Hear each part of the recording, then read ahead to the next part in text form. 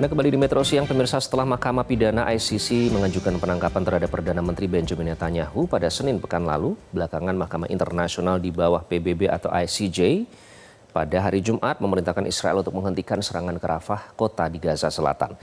Namun tekanan kedua Mahkamah Internasional itu ternyata belum juga mampu menghentikan operasi militer di jalur Gaza Palestina. Jadi siapa yang sanggup menghentikan Israel? Kita akan membahasnya bersama Guru Besar Hukum Internasional Universitas Indonesia, Hikmahanto Juwana. Prof. Hikmah, selamat siang. Selamat siang, Mas Iqbal. Prof. Hikmah, kita akan melihat sesuatu yang berbeda tidak nanti terkait dengan dikeluarkannya ICJ? Karena menarik ya, saya agak shock pada saat melakukan riset. Artikel Anda pernah diwawancarai pada tahun 2004, Prof. 2004 saat itu Anda menyatakan bahwa Israel tidak akan menuruti fatwa dari ICJ pada saat itu terkait dengan pembangunan tembok yang dianggap melanggar hukum humanitar internasional. Apakah ada yang berbeda dengan 20 tahun yang lalu, Prof?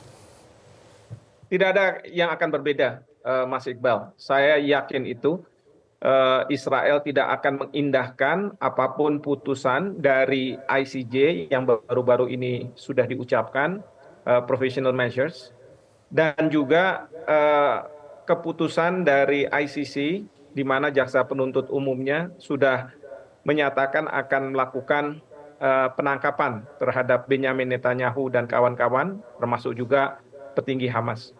Tetapi ini tidak akan mengubah posisi Israel untuk mematuhi putusan-putusan tersebut, bahkan hukum internasional. Saya masih ingat pernyataan dari Perdana Menteri Netanyahu beberapa bulan terakhir yang mengatakan bahwa tidak Den Haag, maksudnya Den Haag ini adalah ICC ataupun ICJ, maupun tempat lain yang akan menghentikan kami melakukan pengejaran terhadap Hamas. Tetapi yang sebenarnya terjadi bukanlah pengejaran terhadap Hamas, tetapi lebih dari itu, yaitu melakukan tindakan genosida terhadap rakyat Palestina. Mengingat sampai dengan hari ini sudah 34.000 rakyat Palestina yang tidak berdosa, anak-anak, perempuan, bahkan juga orang-orang yang sudah tua renta menjadi korban keganasan Prof, kemudian dari yang terkini ya, Israel. ada pengeboman di Rafah ini di tenda-tenda yang memang disiapkan oleh UNRWA, di situ itu merupakan lembaga PBB. Ini kan bisa dibilang bukan hanya mengabaikan, tapi malah melecehkan PBB ya. Betul. UNRWA kan lembaga yang memang dikhususkan untuk menangani pengungsi yang ada di Palestina. Ini malah dibom dan sudah jelas-jelas di situ ada anak kecil, ada perempuan yang memang korban sipil. Nah ini apa artinya memang sengaja dilakukan Israel? Apa pesan yang dikirimkan oleh Israel? Bahwa mereka tidak mengindahkan apapun yang dilakukan oleh Perserikatan Bangsa-Bangsa. Mereka tidak mengindahkan tidak hanya hukum internasional, putusan-putusan dari Mahkamah Internasional maupun Mahkamah Kejahatan Internasional, tetapi juga tidak mau mengindahkan hukum humaniter internasional. Hukum yang berlaku pada masa perang, di mana pada masa perang anak-anak, orang-orang sipil yang tidak mengangkat senjata sebenarnya tidak boleh untuk menjadi objek serangan dari serangan. Jadi ini semua sudah Israel langgar dengan mengatakan bahwa kami sebentar lagi akan mendapatkan petinggi-petinggi Hamas. Kami sebentar lagi akan bisa membebaskan sandera-sandera yang ada di tangan Hamas. Kami sedikit lagi mampu untuk menghilangkan anasir-anasir Hamas di Gaza sehingga Gaza tidak akan lagi menjadi kekhawatiran kami karena peluru-peluru yang dikirimkan oleh Hamas ke wilayah Israel.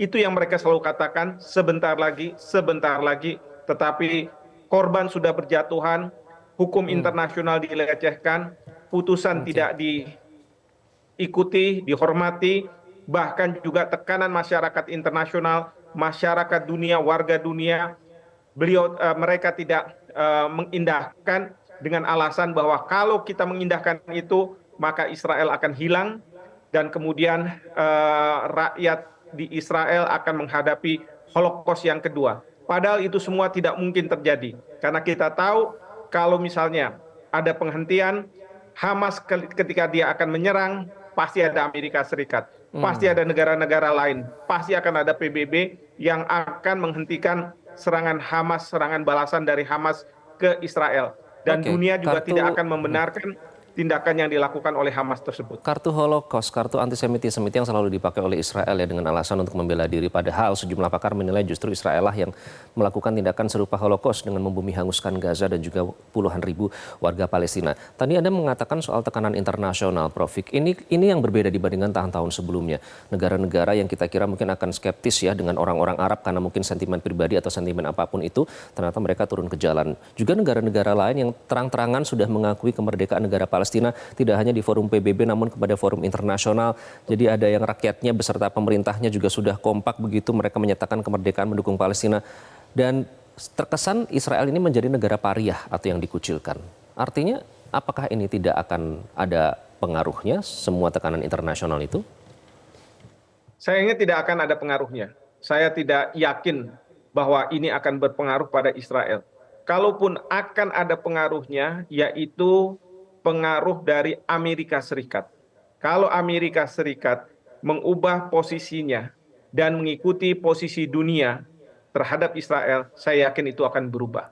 Namun demikian, sampai dengan hari ini, posisi pemerintah Amerika Serikat, mereka tidak mau melakukan tindakan yang bertentangan dengan kehendak dari Israel. Oleh karena itu, saya berpendapat bahwa tekanan dunia sekarang ini tidak perlu ditujukan ke Israel karena itu akan sia-sia. Yang kita perlu tujukan adalah kepada pemerintah Amerika Serikat. Di Amerika Serikat para mahasiswa sudah bergerak. Kita berharap bahwa masyarakat di Amerika Serikat lainnya itu akan terus bergerak. Lalu kemudian kita akan dukung, masyarakat dunia mendukung apa yang dilakukan oleh para mahasiswa, para masyarakat yang menghendaki agar pemerintah Amerika Serikat meminta Israel untuk menghentikan serangan. Itu yang Oke, Prof, penting balik untuk kita itu ya, Prof ya. lakukan sekarang ini. Maksudnya kita melihat beberapa kali Joe Biden menyatakan bahwa meskipun ia mengecam serangan Israel yang menjatuhkan banyak warga sipil, tapi toh setelah itu di belakangnya ada embel-embel dukungan kami terhadap Israel ironclad, unbreakable. Itu kan justru malah semakin menegaskan dukungan Amerika Serikat terhadap Israel. Bahkan Mike Johnson terakhir itu dari DPR AS menyatakan bahwa bipartisan, baik itu Demokrat maupun Republikan, itu segera akan mengundang Netanyahu ke Kongres untuk memberikan pidato. Ini kan seperti berlawanan dengan tekanan internasional. Jadi apa yang coba disampaikan oleh pihak Amerika Serikat dalam hal ini, Prof? Yang pasti adalah pihak Amerika Serikat, pemerintah maupun Senat dan Kongres, itu mereka sangat mendengarkan apa yang dikatakan oleh lobi Yahudi. Lobi Yahudi ini adalah orang-orang Amerika Serikat yang keturunan Yahudi yang saat ini memegang mayoritas perekonomian di Amerika Serikat. Jadi kalau misalnya mereka berkehendak, itu harus dituruti oleh pemerintah, oleh berbagai komponen yang ada di Amerika Serikat, termasuk Kongres, Senator, dan lain sebagainya. Nah, oleh karena itu, ini yang kemudian menjadi problematik bagi sebenarnya Presiden Joe Biden. Karena kalau kita lihat, Partai Demokrat adalah partai yang ingin menjauhi dari peperangan. Partai Demokrat adalah partai yang menghormati hak asasi manusia. Partai Demokrat adalah partai yang selalu menceramahi banyak negara tentang pentingnya hukum internasional. Partai Demokrat adalah partai yang tidak akan bisa melihat rakyat menjadi korban dari peperangan. Tetapi apa yang terjadi? Kita tahu bahwa Partai Demokrat tidak beda dengan Partai Republik. Mereka tetap ganas, kemungkinan besar karena Joe Biden akan menghadapi pemilu, kemungkinan besar karena Partai Demokrat tidak mau kehilangan dukungan dari lobi-lobi Yahudi, dan kemudian juga Partai Demokrat karena tahu bahwa mereka sedang menghadapi berbagai masalah ekonomi, agar mereka tidak dijauhi oleh lobi-lobi Yahudi ini yang memegang perekonomian di Amerika Serikat. Nah, inilah yang kemudian harus kita dunia balas. Kita harus mengatakan bahwa kalau Amerika Serikat seperti ini terus, maka kita sudah tidak lagi percaya Amerika Serikat sebagai kampiun demokrasi. Kita tidak akan lagi percaya Amerika Serikat sebagai penghormat dari hak asasi manusia. Kita tidak usah dengarkan Amerika Serikat lagi. Sekarang kita harus bergerak. Saya berharap bahwa Indonesia ataupun negara lain akan memunculkan koalisi terhadap kemanusiaan. Koalisi yang ada Rusia di sana, ada Cina di sana, dan koalisi dari negara-negara yang tidak mau melihat umat manusia, rakyat dari manapun asalnya, dilanggar hak azazinya, hak azazi untuk hidup. Ini kita harus dengungkan, harus kita bentuk. Karena kalau tidak seperti ini, termasuk negara-negara yang powerful itu diharapkan bukan hanya kecaman saja ya, Prof ya. Termasuk kayak misalnya ada yang menyatakan bahwa kalau cuma mengecam tapi ternyata masih menjalin hubungan di belakangnya, masih ada hubungan diplomatik, tentunya percuma begitu kalau itu tidak dilakukan. Terakhir Prof Hikmah, yang terdekat adalah sidang DKPBB yang diharapkan akan dapat menegakkan perintah dari ICJ ini. Apakah nanti menurut Anda Amerika Serikat akan memveto sidang tersebut seperti sebelum-sebelumnya melindungi Israel? Saya yakin Amerika Serikat akan memveto. Dia tidak mungkin punya pandangan lain kecuali seperti yang sebelumnya, paling banter adalah dia akan abstain. Tetapi sekali lagi saya yakin dia justru akan memveto, membiarkan Israel untuk terus melakukan serangan-serangan ke Gaza ya, dengan alasan bahwa ini adalah hak dari Israel untuk membela dirinya setelah Israel diserang pada tanggal 7 Oktober. Ini yang akan terjadi.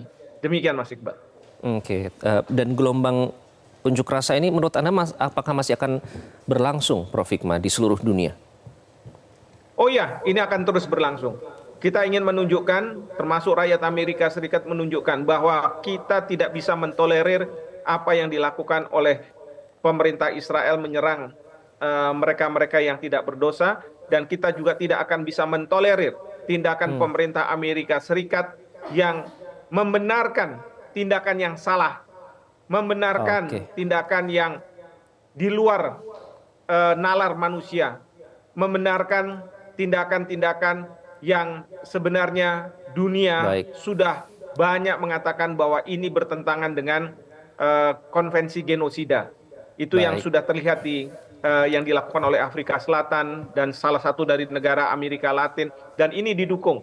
Bahkan Indonesia pada saat Mahkamah Internasional meminta pandangan dari banyak negara terkait dengan pendudukan oleh Israel, juga sudah menegaskan yang disampaikan oleh Ibu Menlu bahwa tindakan Israel ini menduduki Palestina tidak sah, dan kemudian meminta agar PBB bisa menghentikan ini semua. Oke, sudah selalu disuarakan ya Prof Hik ya, dukungan Indonesia terhadap Palestina yang sudah tidak terbantahkan lagi. Terima kasih Prof Hikmah, agak sulit dipercaya 20 tahun yang lalu ternyata masih belum berubah kondisinya. Anda menyatakan juga hampir sama pada saat itu Israel di backing oleh Amerika Serikat. Tapi semoga kali ini dengan adanya tekanan internasional tadi situasi bisa berubah. Sekali lagi terima kasih Prof Hikmah.